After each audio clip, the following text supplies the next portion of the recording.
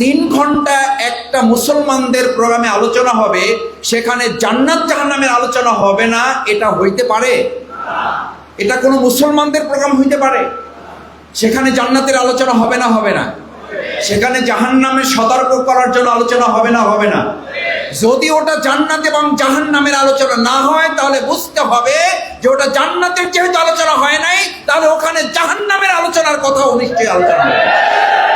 আমরা কি জাহান্নামে যেতে চাই না জান্নাতে যেতে চাই? আমরা জান্নাতে যদি যেতে চাই, তাহলে জান্নাতের আলোচনা হবে না? হবে না? জান্নাতের পথে আমরা ছুটবো না? ছুটবো না? জান্নাতের কথা আমরা বলবো না? বলবো না? এটা কি ব্যবসার কথা? এটা কি রাজনীতির কথা? আমাদের জীবনের সবচেয়ে বড় প্রাপ্তির কথা।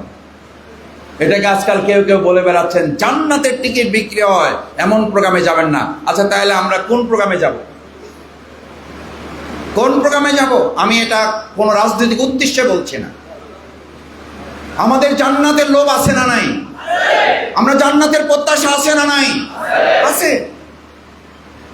আমি তো মাঝে মধ্যে অবাক হই, আমাদের ওই সমস্ত ভাইদের জানতে চাওয়া উচিত। মুসলমানরা এক জায়গায় বসে 1.5 ঘন্টা, 2 ঘন্টা, 3 ঘন্টা কথা বলবেন, তার মধ্যে জাহান্নামের সতর্কতা নাই, তার মধ্যে জান্নাতের লোভ তৈরি করার আলোচনা নাই। ওই পুরো প্রোগ্রাম, ওই পুরো সময় সম্পর্কে আল্লাহর কাছে আমাদেরকে জবাবদিহি করতে হবে।